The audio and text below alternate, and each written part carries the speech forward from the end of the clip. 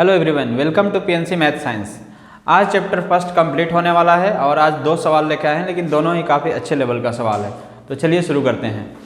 पहला question, the LCM of 6 की power 4, 8 की power 2 and k is 12 power 4। Find the where k is positive integer, find the smallest value of k। हमें k की smallest value निकालनी है और इस फॉर्म में दे रखा है। ठीक है, अच्छा सवाल है ना। तो 6 की पावर 4 को क्या लिख सकते हैं? 2 इंटू 3 की पावर 4, तो ये हो गया 2 की पावर, यहीं लिख देते हैं 2 की पावर 4, 3 की पावर 4। ठीक है,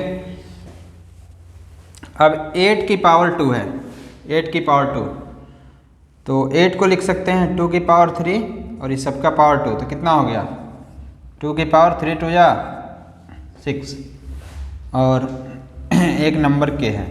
अब एलसीएम साइड में देखते हैं, एलसीएम है 12 पावर 4। अब 12 का प्राइम फैक्टराइजेशन करेंगे तो 12 का प्राइम फैक्टराइजेशन क्या आएगा 2 इंटू 2 इंटू 3 पावर 4, मतलब 2 पावर 2 इंटू 3 की पावर 4, तो ये क्या हो गया 2 की पावर 8 इंटू 3 की पावर 4। अब यहाँ से एलसीएम क्या होगा, यहाँ से एलसीएम अपन देखें, एक नंबर के है, तो यहाँ से एलसीएम देखेंगे तो 2 की पावर 8 और इधर क्या है इधर है 2 की इंटू 3 की पावर 4, है ना। तो ये हमें लाना है एलसीएम में। तो यहाँ है 2 की पावर 4, यहाँ है 2 की पावर 6 और हमें क्या लेना पड़ेगा 2 की पावर 8 लेना पड़ेगा। तो 2 की पावर 8 और 3 की पावर 4, 3 की पावर 4 दोनों तरफ है। तो k की मिनिमम वैल्यू क्या होगी 2 की पावर 8, और 2 की पावर 8 का मतलब क्या होता है 2 की पावर 4 मतलब 2 2 जा 4, 4 जा 16, 16 इंटू 16 256। तो k की वैल्यू या तो 256 होगा या तो k की वैल्यू हो गया 2 की पावर 8। समझ में आ गया? ये पावर वाला क्वेश्चन है। जब भी एलसीएम निकालना होता है तो हमें k की हाईएस्ट पावर लेना होता है। तो खुद सोचो कि जब इधर 2 की पावर 8 है, एलसीएम साइड में 2 की पावर 8 है, तो इस साइड में भी 2 की पावर 8 चाहिए। यहाँ 2 की पावर 4 है, 2 की पावर 6 है, तो यहाँ 2 की पावर 8 आया कैसे?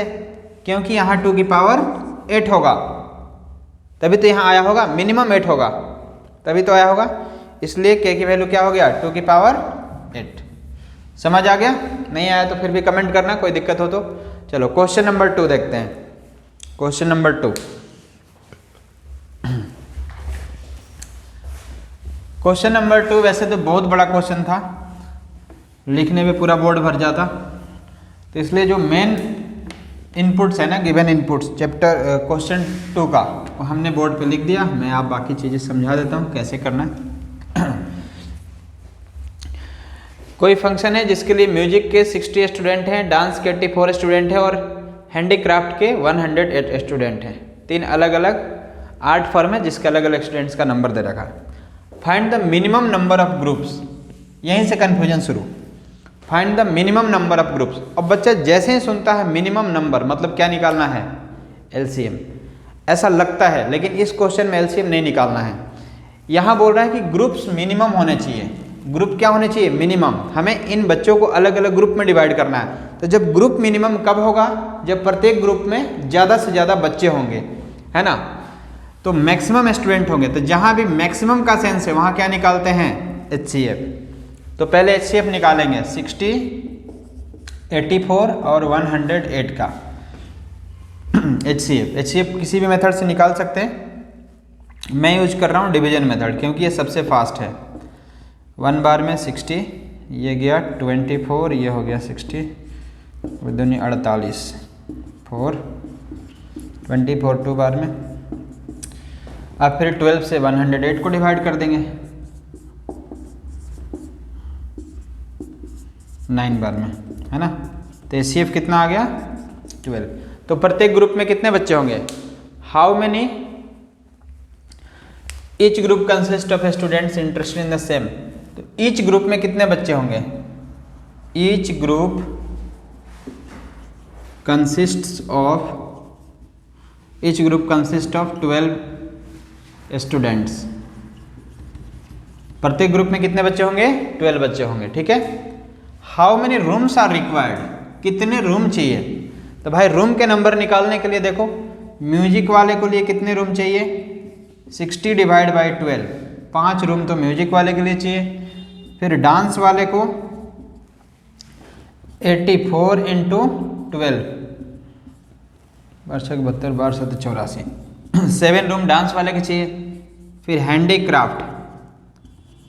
हैंडीक्राफ्ट के लिए 108 डिवाइड बाई 12, 9। तो टोटल रूम कितने हो गए? Total required rooms, total room की संख्या हो गया 5 + 7 + 9, 7 5 12 और 12 9 21 रूम्स। टोटल इतने रूम चाहिए। समझ में आया? सेकंड क्वेश्चन बहुत ज़्यादा इंपॉर्टेंट था, फर्स्ट वाला तो थोड़ा सा नया क्वेश्चन था, है ना, बट सेकंड ज़्यादा इंपॉर्टेंट था। सेकंड टाइप के क्वेश्चन तो आता भी है बोर्ड में। आई होप आपको समझ में आ गया होगा। अब हम लोग चैप्टर फर्स्ट से लगभग 20-25 क्वेश्चन करा दिए। अब चैप्टर 2 शुरू होगा और एग्जाम से पहले तक सारे चैप्टर के इंपॉर्टेंट क्वेश्चन करा देंगे। यहाँ से रिवाइज करते रहिए और इसके अलावा और भी जहाँ से भी आपको लगे कि इंपॉर्टेंट कुछ क्वेश्चंस रिवाइज कर सकते हैं वहाँ से भी करना है। जैसे प्रीवियस ईयर क्वेश्चंस लगाने हैं, एग्जाम्पलर लगाने हैं और एनसीईआरटी तो है ही, ठीक है। तो नेक्स्ट मिलते हैं किसी नेक्स्ट वीडियो में, तब तक के लिए जय हिंद।